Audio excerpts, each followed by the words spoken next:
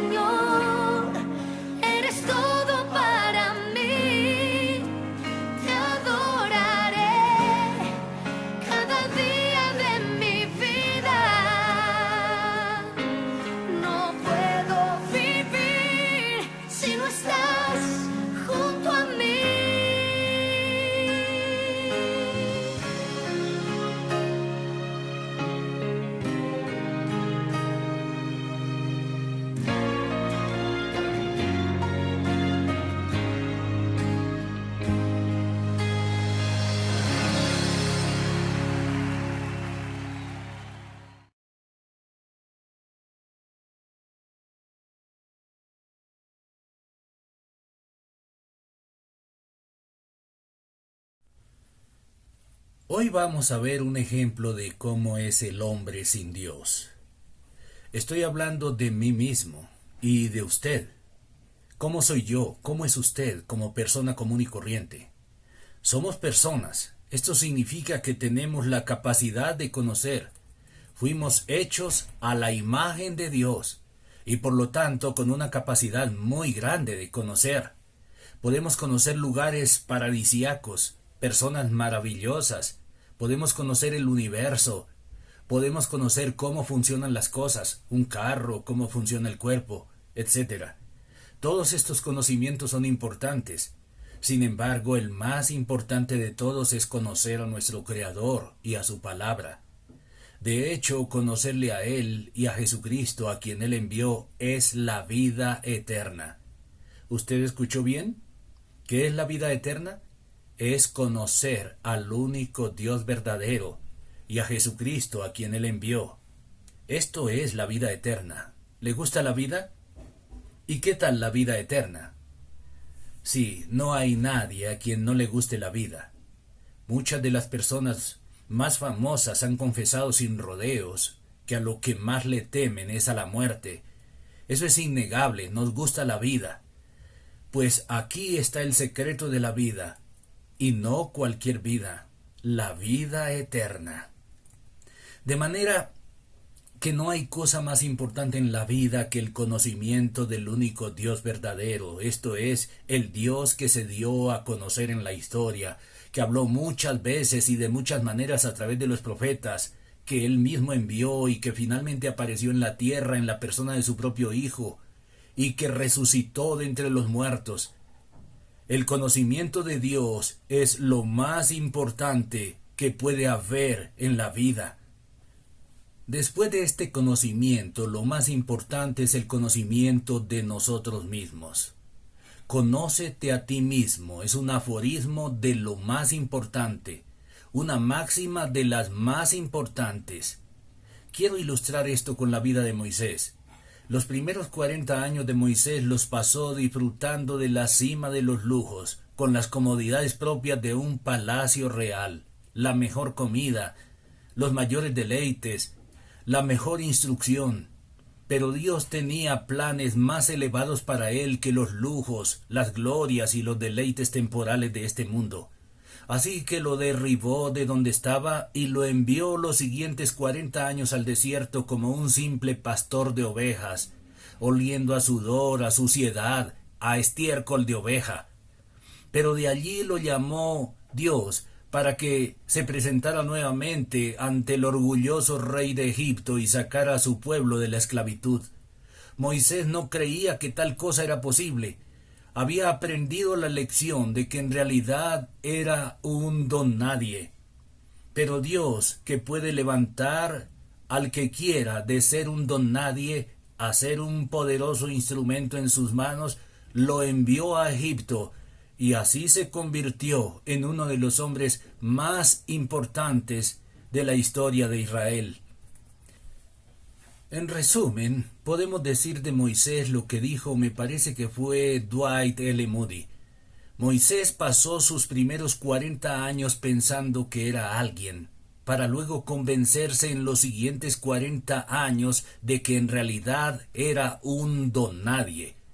Y cuando realmente supo quién era él, un don nadie, Dios lo levantó para convertirlo en uno de los hombres más grandes de la historia bíblica.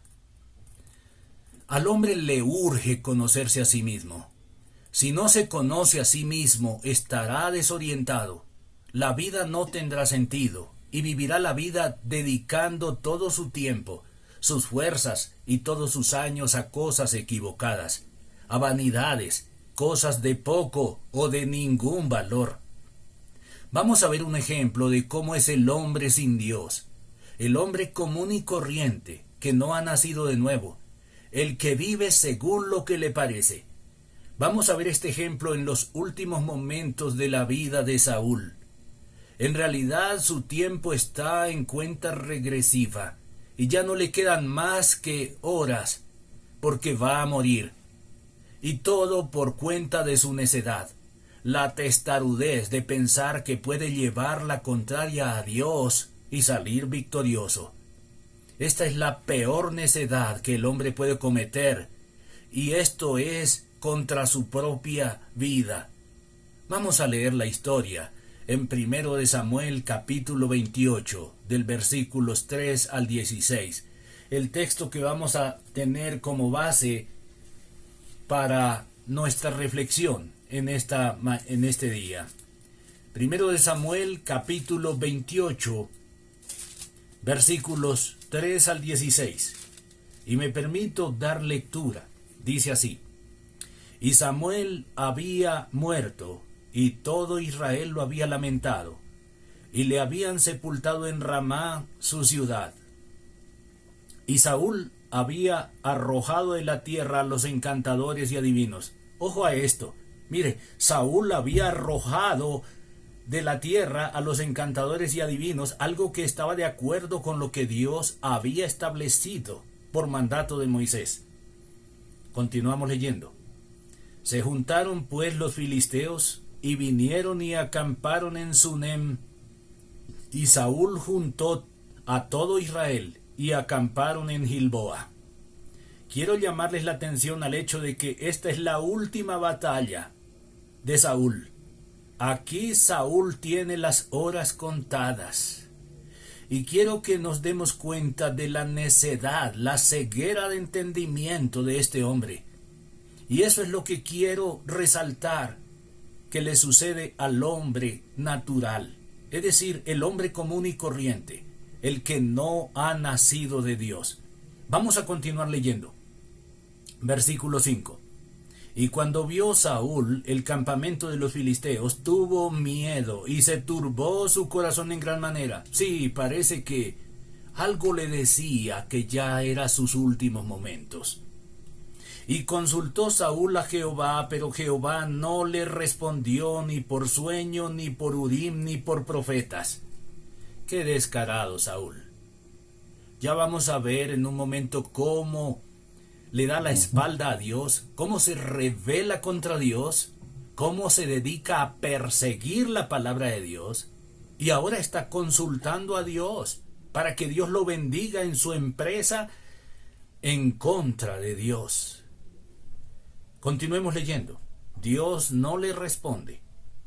Entonces Saúl dijo a sus criados: Buscadme una mujer que tenga espíritu de adivinación para que yo vaya a ella y por medio de ella pregunte. Y sus criados le respondieron: He aquí hay una mujer en Endor que tiene espíritu de adivinación. ¿Recuerdan lo que leímos en el verso 3? Que Saúl había expulsado a los adivinos. Todo eso puede hacer el hombre religioso, pero no está convertido de corazón a Dios. Porque en un momento, con tal de salirse con la suya, de querer, de pretender salirse con la suya, lo cual nunca será posible. Nunca será posible vencer o derrotar a Dios. Nunca será posible llevarle la contraria a la palabra de vida y salir victorioso. Pero así es el hombre. Este es un ejemplo de cómo es el hombre natural. Y espero que usted esté atento para que lo aplique a su propia vida. Si usted ha nacido de Dios, entonces usted tiene ojos para ver. Usted tiene sentido para comprender. Tiene entendimiento para comprender la verdad. Pero si no ha nacido de Dios, lamentablemente usted puede ser como este hombre. Continuemos leyendo. Los siervos le dijeron que había en Endor una mujer con espíritu de adivinación. Saúl entonces se disfrazó, versículo 8. Se disfrazó y se puso otros vestidos y se fue con 2 hombres. Y vinieron a aquella mujer de noche y él dijo: Yo te ruego que me adivines por el espíritu de adivinación y me hagas subir a quien yo te dijere. Y la mujer le dijo: He aquí tú sabes lo que Saúl ha hecho, cómo ha cortado de la tierra a los evocadores y a los adivinos. ¿Por qué, pues, pones tropiezo a mi vida para hacerme morir? Entonces Saúl le juró por Jehová, diciendo: Vive Jehová, que ningún mal te vendrá. Otra locura. La rebelión contra Dios trae más pecados. Aquí está jurando para hacer creer algo que va en contra de lo que Dios ha establecido. Y lo mismo que él mismo había hecho cumplir.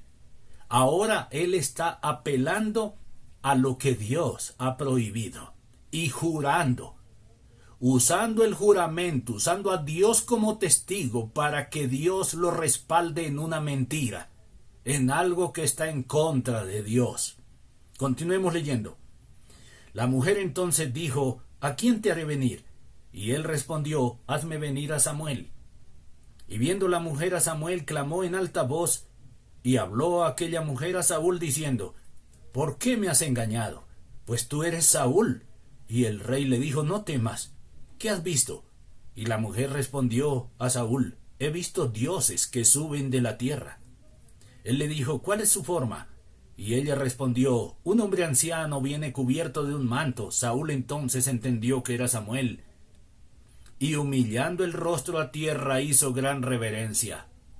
Ojo, quiero llamar la atención a este punto también. Hace reverencia cuando no debe postrarse. El hombre natural, el hombre que no ha nacido de Dios, se postra precisamente cuando no debe postrarse y ante quien no debe postrarse. Pero ante el único que debería postrarse, ante el único Dios verdadero y ante su ungido, ante Cristo, ante él no se postra, sino que hace todo lo contrario, como lo vamos a ver ahora en unos momentos. Continuemos. Y Samuel dijo a Saúl: ¿Por qué me has inquietado haciéndome venir? Y Saúl respondió: Estoy muy angustiado, pues los filisteos pelean contra mí, y Dios se ha apartado de mí, y no me responde más, ni por medio de profetas, ni por sueños. Por esto te he llamado, para que me declares lo que tengo que hacer. Entonces Samuel dijo: ¿Y para qué me preguntas a mí, si Jehová se ha apartado de ti y es tu enemigo? ¡Qué tristeza! Este es el final de un hombre que le ha dado la espalda a Dios, a la verdad, a la vida. Esta es la triste historia del hombre natural, el hombre que no ha nacido de Dios. Recordemos un poco la historia de este hombre que nos va a servir de ejemplo para nuestras propias vidas. Lo que vamos a resaltar en la vida de este hombre es lo que ocurre con cualquier persona que Dios llama natural, el ser humano común y corriente. No importa si es un obrero o es el gerente de una empresa, no importa si es un mendigo o es un rey. Igual da si es pobre o muy rico. No importa si es hombre o mujer. El hecho es que no ha nacido de Dios. No ha sido regenerado. No ha nacido del agua y del Espíritu, como lo dijo nuestro Señor Jesucristo a un maestro de la ley llamado Nicodemo. Lo que le pasó a este hombre Saúl, que no era una persona del común, era un rey. Es lo que pasa con cualquier persona que no haya nacido de Dios. Así que voy a pedirles su atención en estos minutos. ¿Cómo fue que Saúl llegó a ser un rey? Para esto solo voy a resumirles la historia, que la encontramos en los capítulos 9 y 10 de este mismo libro de Primero de Samuel. La historia es así, se la voy a resumir. Está en los capítulos 9 y 10. Les recomiendo que ustedes lean esa historia. La nación de Israel quería estar a la moda como las demás naciones. Algo así como estar a la altura de las demás naciones. Y pensó que lo mejor era tener un rey. Tener un rey como las demás naciones. Le hicieron saber a Samuel, el profeta de Dios, este deseo, y por supuesto a Samuel no le agradó, porque percibió que esto no era una buena idea. Él comprendió que lo que el pueblo estaba en el fondo buscando era liberarse de los mandatos de Dios. Así que esto no era para vida, esto era para muerte. Sin embargo, Samuel fue a la presencia de Dios, seguramente en oración, y le presentó al Señor la solicitud del pueblo. Y por supuesto, Dios no estaba de acuerdo con esto. Samuel, como siervo de Dios, sabía qué era lo que había allá en el fondo, lo que Dios realmente sabía. Sin embargo, Dios le dijo a Samuel: póngales un rey, pero adviértales de todo el mal que les vendrá por ello. Samuel les hizo saber todas las advertencias de parte de Dios. Les dijo: el rey que ustedes están pidiendo convertirá en esclavos a sus hijos y a sus hijas. Se apropiará de sus tierras, les cobrará impuestos terribles. Y ellos hicieron oídos sordos y dijeron: queremos un rey. Así que Dios eligió a Saúl, un hombre vigoroso, de buena familia, por estatura sobresalía de los hombros para arriba de todos los demás. Para cortarle la historia, Dios fue muy bondadoso con él. Lo prosperó mucho y lo bendijo de muchas maneras. Sin embargo, cuando Dios le encomendó una misión contra los amalecitas, Saúl cumplió una parte según su parecer, pero lo demás no lo cumplió. Y cuando el profeta de Dios lo reprendió por su pecado contra Dios, no se humilló. Así que Saúl ha sido ungido como rey y ha recibido muchas bendiciones de Dios. Dios lo ha prosperado de muchas maneras, lo ha bendecido con muchas bendiciones, incluso lo hizo partícipe de dones del Espíritu Santo. Hasta llegó a profetizar como lo hacían los profetas. Pero escuchen bien, no había nacido de Dios. No ha nacido de nuevo, que es lo que verdaderamente cuenta. Saúl todavía es un hijo de las tinieblas. La regeneración, nacer del agua y del Espíritu, lo que Jesús le dijo a Nicodemo, es lo único que cuenta. Todo lo demás es vano a la hora de la verdad. ¿Qué es eso de ser regenerado? Es haber sido transformados en lo más hondo del corazón. Es un trasplante de corazón.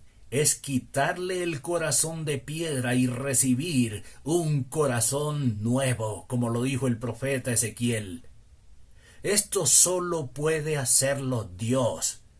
Esto no lo hace una decisión humana. No es el hombre el que puede elegir esto. Es Dios quien lo hace, así como nadie puede nacer por elección personal. Es Dios quien obra el nuevo nacimiento en una persona.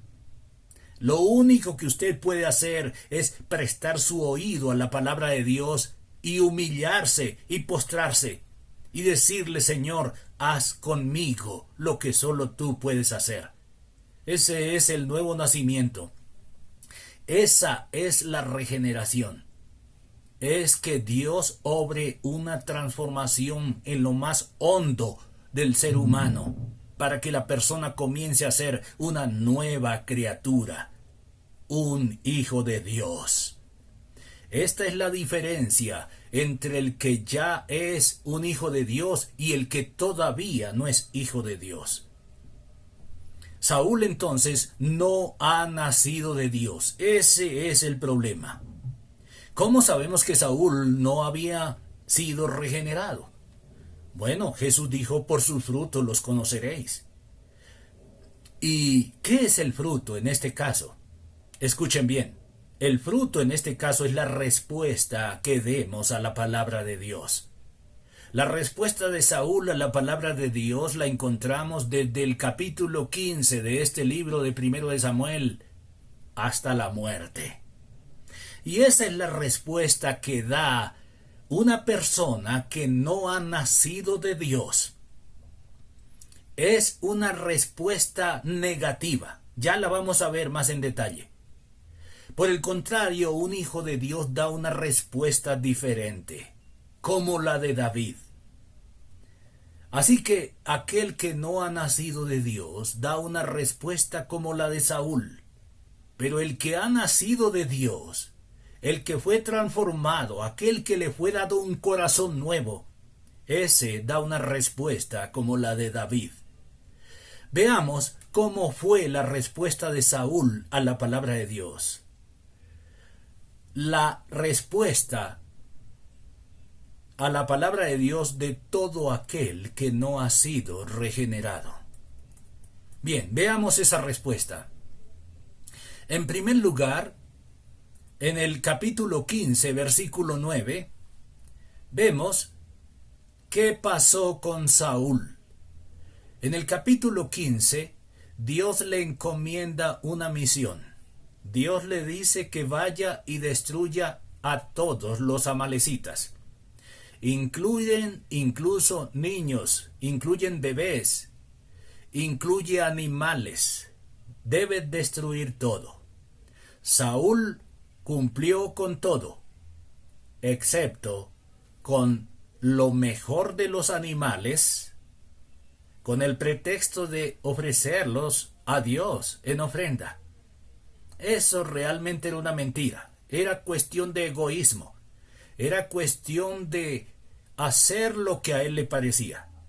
De manera que la primera señal de alguien, la primera respuesta de alguien que no ha nacido de Dios, como Saúl, es hacer lo que a él le parece. No hacer lo que Dios ha mandado. Esa es la primera señal. Es el primer fruto que vemos aquí. Saúl no cumplió lo que Dios le mandó. Increíble. No perdonó ni siquiera a los bebés, pero sí perdonó a lo mejor del ganado. Eso se llama hacer lo que a mí me parece. Y esa es una señal del hombre que no ha nacido de Dios. El hombre que ha nacido de Dios hace lo que Dios dice en su palabra. La segunda señal la encontramos en el capítulo 15, nuevamente el versículo 28. Dios le dice a Saúl por medio de Samuel, el profeta, el mismo que le había ungido. Dios le dice a Saúl: Dios ha roto el reino de tu mano. Dios lo ha quitado. Dios se lo ha quitado y se lo ha dado a otro. Ahora, ¿qué le correspondía a Saúl si había nacido de nuevo? Ante la soberanía de Dios. Escúcheme bien esto. Dios había sacado de la nada a Saúl y lo había llevado hasta la posición de ser un rey. Ahora Dios mismo lo está deponiendo del cargo que él le había dado de pura gracia. ¿Pero qué creen? No, eso sí no. Esta es una prueba de que no es un hijo de Dios. El que es hijo de Dios se humilla y se somete a la voluntad de Dios, como sí lo hizo David, y como lo hace todo aquel que sea un hijo de Dios. Un hijo de Dios se humillará ante la voluntad de Dios, ante la soberanía de Dios. Un hijo de Dios es aquel que ya no vive él, vive Cristo en él. Y lo que Cristo mande, lo que Cristo ordene, eso es lo que Él hará. Pueda que muchas veces ni siquiera tengamos las fuerzas, si es necesario ir hasta la muerte, pero lo haremos, porque Él nos dará las fuerzas. Así ha sido siempre. Aquel que ha nacido de Dios responderá a la palabra de Dios humillándose ante la soberanía de Dios. Saúl no se humilla. Así que esta es la segunda respuesta que da una persona que no es un hijo de Dios. Bien, continuemos. La tercera respuesta que da Saúl es levantarse en abierta rebelión contra la palabra de Dios. Y esta respuesta la tenemos en todos los capítulos que siguen hasta el capítulo 28 que hemos tomado como texto base. Quiero resumir brevemente qué pasa en estos capítulos. En el capítulo 18, Saúl trata de matar a David por celos, porque David, confiado en Dios, en el nombre del Dios que conocía, había derrotado a Goliat, había ganado toda una batalla. Y entonces las mujeres cantaban: David mató a sus miles, Saúl mató a sus miles y David a sus 10,000. Y esto era demasiado para soportarlo. Escuchen, un hombre que ya había sido desechado por Dios y que se negaba a aceptar la soberanía de Dios, a humillarse.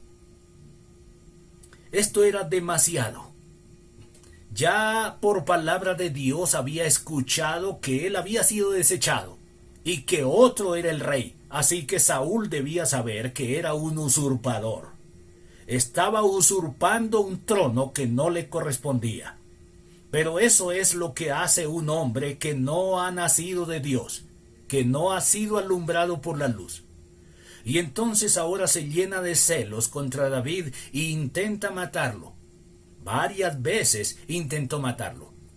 Para hacer corta la historia, vamos a ir al capítulo 22. En el capítulo 22 de Samuel tenemos uno de los horrores más sangrientos cometidos por Saúl. ¿Y por qué?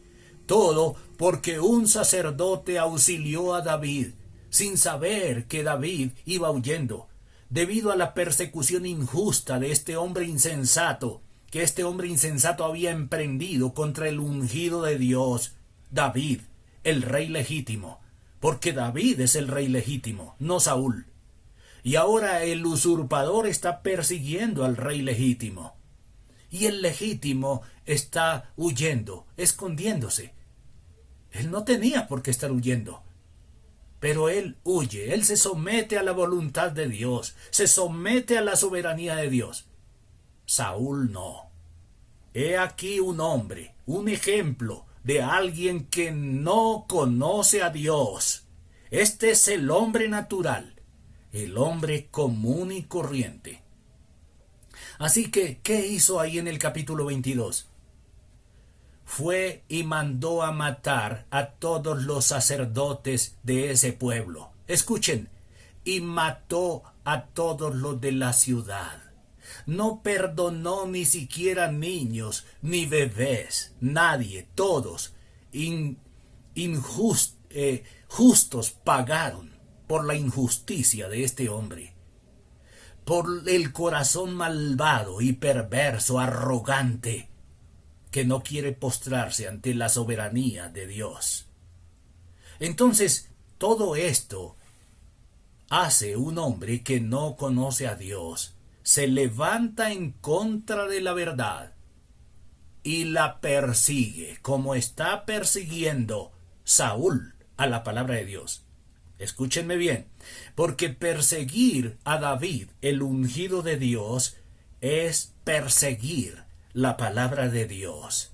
Es levantarse en abierto desafío y rebelión contra aquel que es el creador de todas las cosas. Aquel que nos creó, aquel que nos hizo, aquel que le está dando la respiración en este momento y se la va a quitar cuando él quiera. Y no le va a preguntar si usted está de acuerdo o no. Contra él es que se ha levantado este hombre que no ha nacido de la luz, que está en tinieblas. Este es el hombre natural. Escúcheme bien. El que no ha nacido de Dios es un hijo de las tinieblas y está gobernado por sus pasiones. Está gobernado por lo que le parece mejor. Está gobernado en realidad por la insensatez.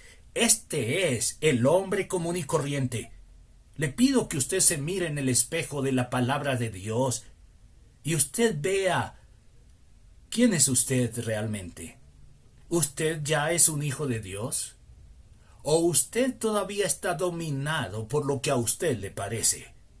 Pueda que a usted le parece que lo que usted ve es lo mejor, pero lo mejor es lo que Dios dice en su palabra.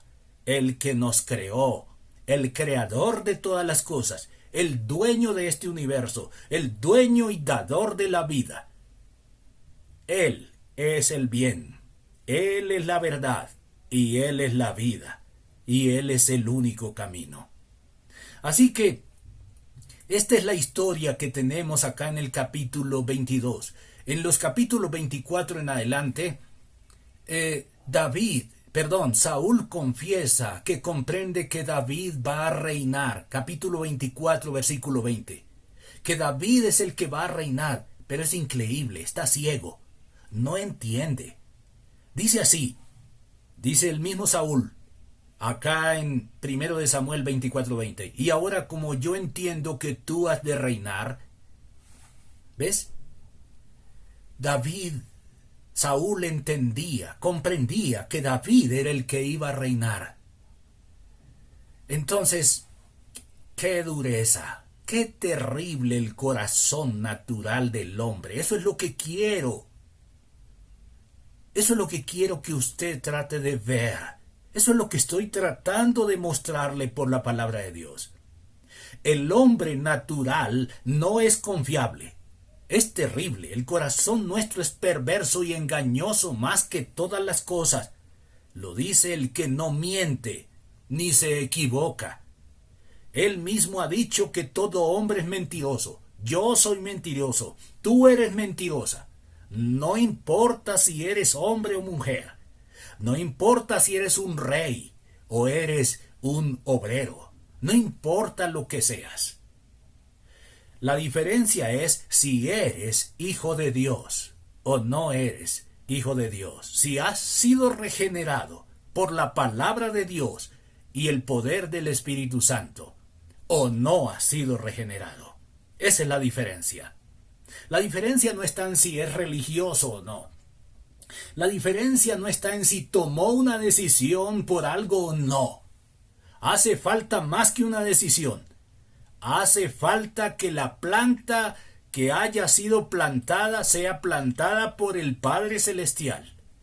Porque así dijo nuestro Señor Jesucristo: toda planta que no plantó mi Padre Celestial será desarraigada. Así que hace falta más que una decisión humana. Hace falta más que eso. Hace falta que Dios obre un cambio en el corazón del hombre. Ruéguele a Dios que Dios obre ese cambio en su vida. De otro modo, usted estará repitiendo la historia de este hombre.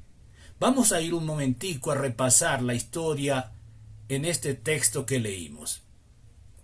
Y quiero resaltarles, en primer lugar, la ceguera del entendimiento del hombre natural. Ceguera de entendimiento. No entiende. ¿Cómo es posible? Vamos a leer ahí en el capítulo 28, el versículo 6. Dice: y consultó Saúl a Jehová, pero Jehová no le respondió ni por sueños, ni por Urim, ni por profetas. ¿Cómo es que no entiende? ¿Cómo es que no recuerda cómo se ha rebelado contra la palabra de Dios? ¿Cómo le ha dado la espalda a la palabra de Dios? ¿Cómo no se quiso humillar ante la soberanía de Dios? Y ahora está en apuros. Ahora presiente que sus días, que sus horas están contadas, y no se equivoca. Le espera solo unas horas para que ya su rebelión, su locura de emprender una empresa contra el Dios, contra quien no hay nada, contra el que no hay espada que valga, no hay ejército que valga, porque de Él es el poder. Y tal vez presiente y está asustado. Él dice que está asustado y Dios no le responde. Pero Saúl, ciego, ¿por qué no entiende? ¿Por qué no se humilla?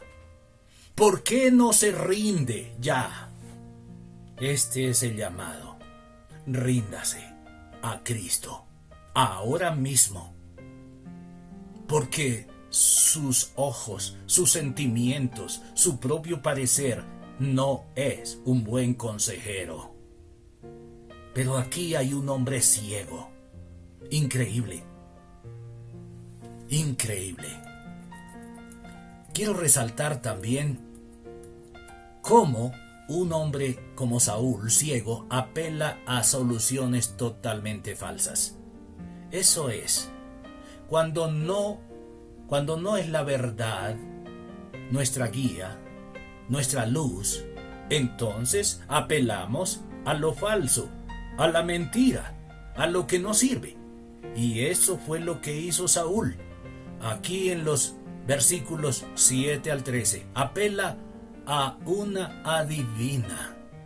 Si Dios no le responde, ¿qué podrá hacer el hombre? Mira, esto es cuestión de vida o muerte. La muerte se avecina. La muerte está tocando a la puerta de Saúl. Ya no hay más tiempo para Saúl, pero no se rinde. Qué triste la vida del hombre sin Dios. No se rinde. Por el contrario, busca soluciones mentirosas, vanas. Mírese en el espejo de la palabra de Dios y no le suceda a usted lo que le está pasando a Saúl en este ejemplo. En tercer lugar, quiero resaltar acá, en esta historia del texto, basado en el versículo 15. ¿Qué leemos en versículo 15? Leemos: y Samuel dijo a Saúl: ¿por qué me has inquietado haciéndome venir? Y Saúl respondió: estoy muy angustiado, pues los filisteos pelean contra mí, y Dios se ha apartado de mí y no me responde más, ni por medio de profetas, ni por sueños. Por esto te he llamado, para que me declares lo que tengo que hacer. ¿Qué es lo que quiero resaltar de aquí? Quiero resaltar el engaño de que si Dios no me responde, entonces apelaré al hombre. ¡Qué engaño! ¡Qué mentira! El hombre no puede solucionar nada. Si Dios no soluciona, el hombre no tendrá la solución. Humíllese ante Dios, porque está escrito que al que a mí viene no le echo fuera. Si viene a Cristo, si Saúl se arrepiente, si Saúl se humilla, Dios hubiera tenido misericordia de él, pero no se humilló. Se mantuvo firme hasta la muerte. Ojo, usted no es confiable. Su corazón no es digno de confianza. Su corazón a lo único que lo puede llevar es a la muerte. A lo único que nos puede llevar nuestro corazón perverso y engañoso, como Dios mismo lo dice, es a enfrentar a Dios, a tratar de ganarle una batalla a Dios. No, imposible. Desista de eso. Ríndase. Vuélvase a Dios. Ahora, para concluir, quiero que veamos la consecuencia final de esta locura. La consecuencia final está en el versículo 16. Entonces Samuel dijo: ¿y para qué me preguntas a mí? Si Jehová se ha apartado de ti y es tu enemigo. Ay de aquel que Dios sea su enemigo. Escúcheme bien. Dios envió a su Hijo al mundo para que todo aquel que en Él cree no se pierda, mas tenga vida eterna. Para que todo aquel que en Él cree sea librado de la ira de Dios. Pero si usted se da el lujo de confiar, de seguir confiando en usted, de darle la espalda a la palabra de Dios, entonces usted será guiado por su propia locura al abismo. Y Dios será su enemigo. Quiera Dios que no sea su enemigo. Y que en Cristo, si se humilla a los pies de Cristo, será aceptado. ¿Lo escuchó bien? Si usted se humilla a los pies de Cristo, será aceptado. Y tendrá paz con Dios. Y nadie lo podrá separar del amor de Dios que es en Cristo Jesús. Dios le bendiga y le conceda venir a los pies de Cristo. Y entonces vivirá y no corra la suerte lamentable, desgraciada, de Saúl. Dios lo bendiga.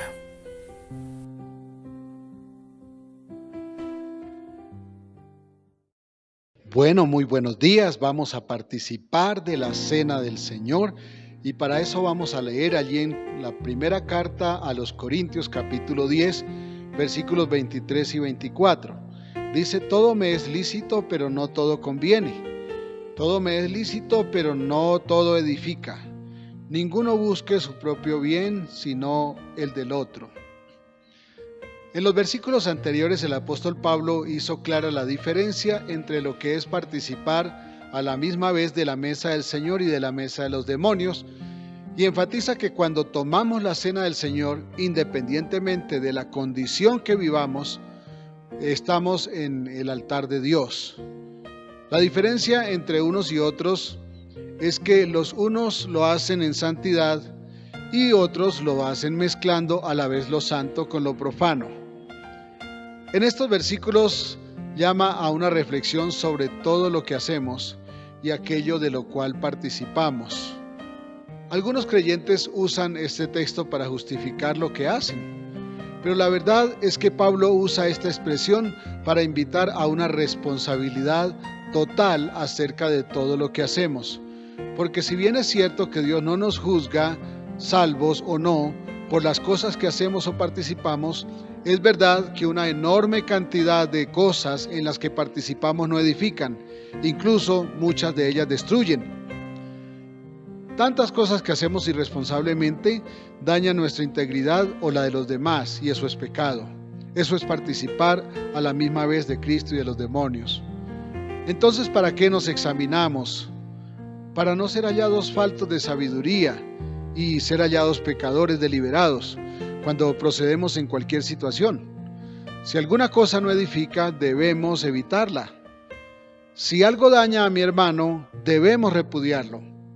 El secreto es buscar siempre no llenar mis ambiciones, no llegar a colmar mis apetitos, sino pensar siempre en edificar a mis semejantes y lógicamente a mi espiritualidad. Entonces todo cuanto hacemos es más fácil que revista santidad. Cuando tomamos de la cena del Señor, debemos cuidar de hacer todo en santidad, para honrar a quien nos dio libertad del pecado por la muerte en la cruz, esto es, a Jesucristo, el Hijo de Dios, porque así se honra también al Padre. La palabra de Dios dice que cuando Cristo iba a ser crucificado la noche antes, tomó pan y habiendo dado gracias, lo partió y le dijo a sus discípulos: coman de esto porque esto es mi cuerpo que por vosotros es partido. Vamos a orar. Señor, gracias por tu misericordia, gracias por el sacrificio de Cristo y gracias por estos elementos que nos unen a Cristo en esa magna celebración de la redención y la regeneración a través de su sacrificio y la cruz. Gracias por tu bondad. Tomamos el pan y la copa en nombre de nuestro Señor Jesucristo para gloria tuya. Amén. Tomemos el pan.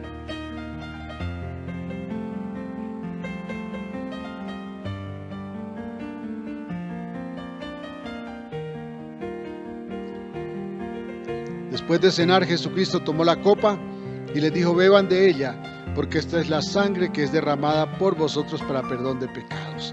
Hagámoslo también en memoria de nuestro Señor Jesucristo.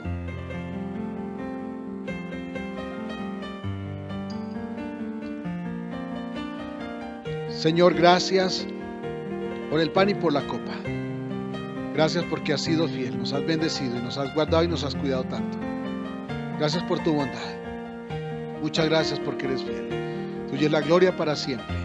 Te bendecimos, Señor, por el sacrificio magno de Jesucristo y el perdón de pecados. Aleluya, gracias a ti, Señor. Amén. Amén.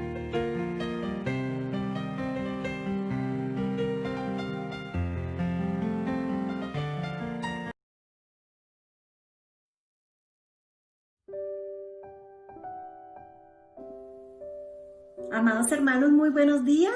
Un saludo muy especial para los niños que nos acompañan en este domingo maravilloso. Hoy la lección se llama El reino de Dios y está basada en el Evangelio de San Mateo en el capítulo 7 del versículo 24 al versículo 29.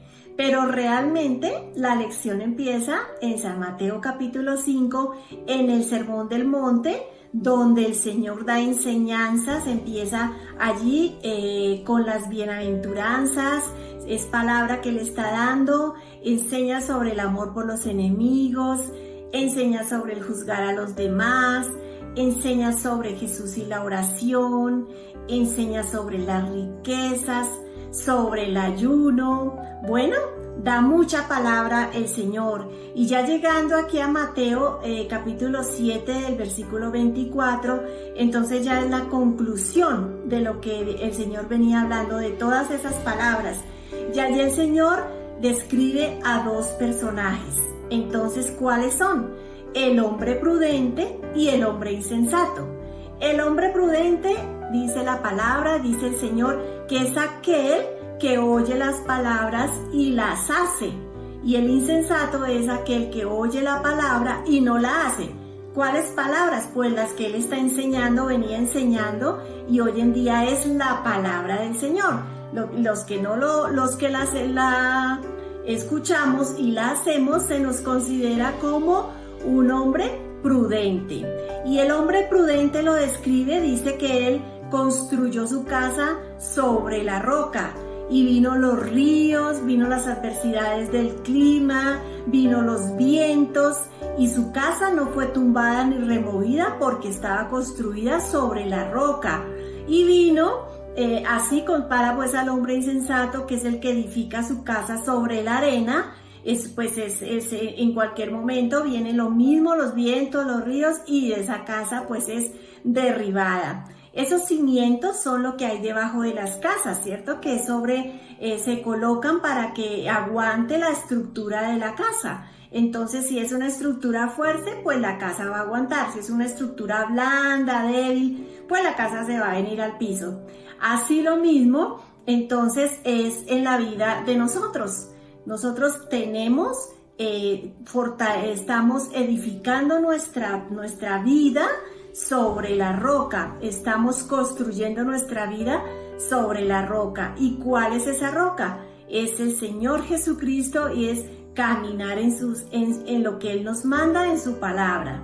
¿Y cuál es la arena? Si queremos edificar nuestra vida en la arena, es estar apartados del Señor, es estar haciendo todo de acuerdo a nuestra voluntad, y cuando venga la adversidad, pues nos derrumbaremos. Cuando estamos edificando nuestra vida en el Señor, en la roca, vendrán adversidades, vendrán pruebas, claro que sí, pero el Señor estará ahí con nosotros ayudándonos. Y si no lo estamos haciendo, es un llamado para que edifiquemos nuestra vida en la roca que es nuestro Señor Jesucristo. Y esto es muy claro, la palabra lo dice: el que oye estas palabras y las hace, lo compararé como a un hombre prudente. Y el que cualquiera que oye mis palabras y no las hace, lo compararé a un hombre insensato. Así de sencillo. Entonces, el ánimo es para que construyamos nuestra vida sobre la roca, que ahí estará el Señor llevándonos en cada día.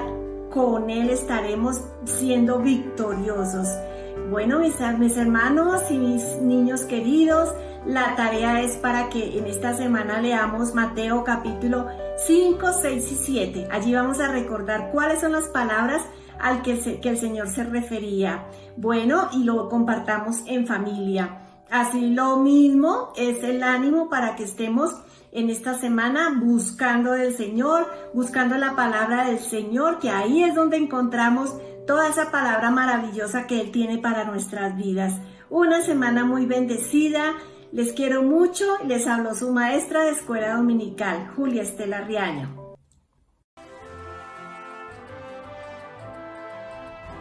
El Rey y su reino. Jesús viajaba enseñando acerca del reino de Dios y las multitudes le seguían. Ellos aún no sabían que Jesús era el Rey, pero Él les enseñaba cómo vive la gente de su reino.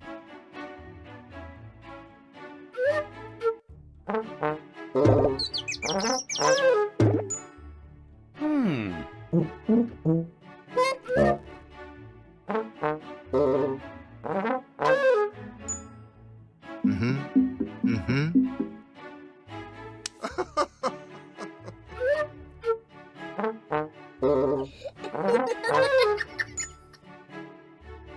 Ujú, ujú.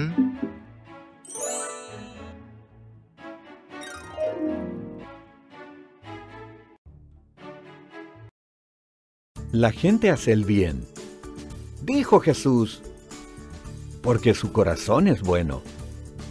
Cuando hay maldad en el corazón, la gente hace el mal. Dios quiere que tu corazón sea como el suyo.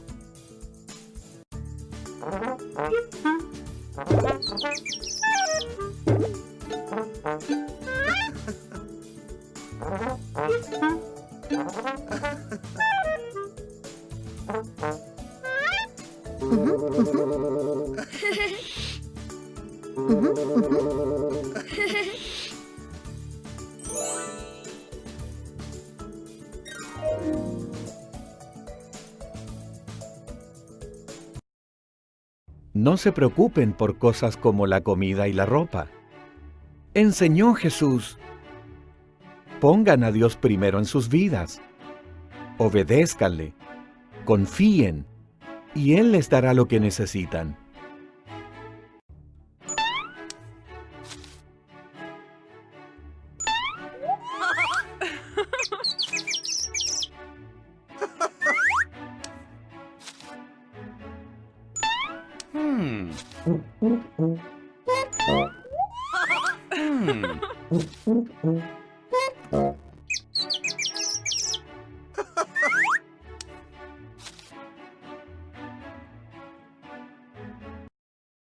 Jesús enseñó esta oración. Padre Dios nuestro, santo es tu nombre. Reina en la tierra como reinas en el cielo. Suple nuestras necesidades hoy. Ayúdanos a obedecerte. Todo el poder es tuyo para siempre.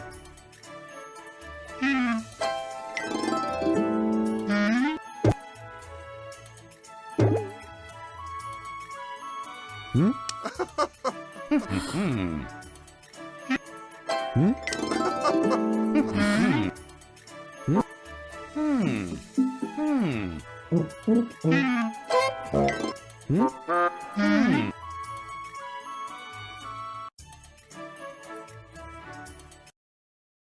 Entonces Jesús contó una historia. Un hombre construyó su casa sobre una roca.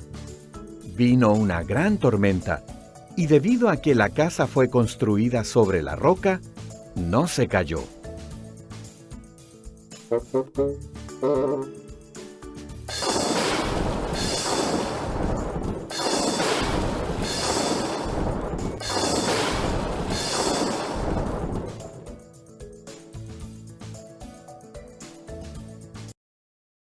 Otro hombre construyó su casa sobre la arena blanda e inestable. Vino una gran tormenta, y debido a que la casa estaba construida sobre la arena, ésta la derribó.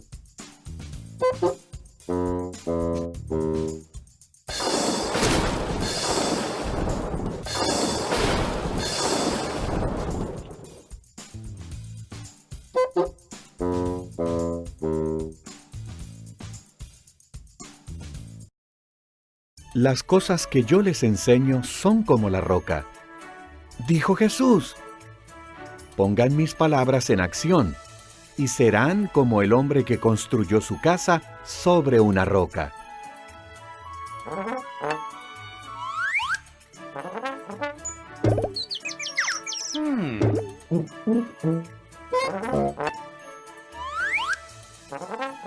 Ujú, ujú.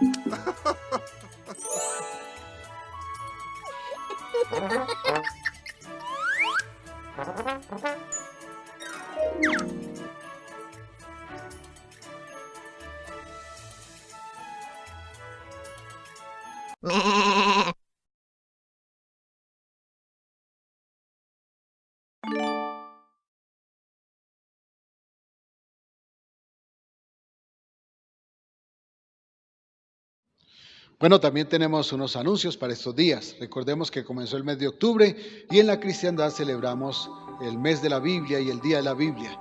Y queremos que nos concienticemos de aquello que en esencia descubre la obra de Cristo en la cruz en favor de los suyos. Por eso aprende el texto que pusimos allí en la portada, en Romanos capítulo 3, versículo 21 al 26, y que lo vio usted al principio de este culto. En estos versículos se resume la operación de la salvación de Dios en Cristo para nosotros. Y vamos a recordarlos, a remembrarlos por un momento. Allí el titular dice: la justicia es por medio de la fe. Y vamos a leer los versículos 21 al 26, o vamos a aprenderlos mejor de memoria. Pero ahora, aparte de la ley, se ha manifestado la justicia de Dios, testificada por la ley y por los profetas. La justicia de Dios por medio de la fe en Jesucristo, para todos los que creen en Él, porque no hay diferencia por cuanto todos pecaron y están destituidos de la gloria de Dios, siendo justificados gratuitamente por su gracia, mediante la redención de Cristo, que es en Cristo Jesús, a quien Dios puso como propiciación por medio de la fe en su sangre, para manifestar su justicia a causa de haber pasado por alto en su paciencia los pecados pasados, con la mira de manifestar en este tiempo su justicia, a fin de que Él sea el justo y el que justifica al que es de la fe de Jesús. Romanos capítulo 3, versículos 21 al 26. Bienvenido a todas las personas que nos acompañan a través de las redes en este momento. No olvidemos orar por las necesidades, por dar gracias a Dios, por la salud de Paola, por nuestra hermana Nidia, por Julie Martínez, también por nuestra hermana Fabiola, que tuvo un accidente. Y gracias también porque han estado orando por las necesidades de todos nosotros. Haga parte de ese ministerio de intercesión, siga orando, siga ayunando sin cesar. Las damas se conectan el martes a través de Zoom, están finalizando el libro de Esther y entonces van a tener un programa especial. El jueves a las 6 tenemos también la Escuela de Formación Espiritual a través del mismo link de Zoom que hemos estado compartiendo, igual seguimos compartiéndolo. A las 7 de la mañana el sábado tenemos devocional de 7 a 8 con todos los hermanos que se quieran conectar a través del mismo link. Y los jóvenes a las 3 de la tarde tienen su reunión a través de Google Meet. Y volvemos el domingo a las 9:30 de la mañana a media hora de oración para empezar el culto de las 10 con la iglesia. Entonces vamos a estar esa media hora a través de Zoom también. No se nos olvide, sin embargo, que el culto lo empezamos a transmitir desde las 6 de la mañana para los que quieren participar temprano, pero a las 10 tenemos el culto especial para la iglesia. Gracias a todos por esos mensajes de motivación con motivo del primer aniversario del renacer de la iglesia, esta congregación que ha tenido una historia hermosa y que Dios nos ha permitido participar en ella en este año que termina. Y gracias a todos también los que trabajan para hacer posible la producción de este culto. Dios los bendiga y Dios les fortalezca y les premie siempre. Vamos a orar y vamos a dejar este tiempo en manos del Señor y esta semana en manos de nuestro Señor, y después también escucharemos una canción hermosa. Señor Dios de los cielos, gracias por esta semana. Gracias porque nos concedes el privilegio de participar en este culto, de honrarte, de bendecirte y también de aprender de tu palabra. Gracias por el mensaje, por la Santa Cena, por las canciones, por todo aquello que nos llevó a través de este proceso de honrarte. También el trabajo para los niños. Bendito eres, Señor, gracias porque has sido fiel. Danos esta semana una semana llena de bendición. Tuya es la gloria para siempre. Te bendecimos y te adoramos en el nombre de Jesús. Amén. Dios le bendiga y Dios le dé la mejor semana. Un abrazo.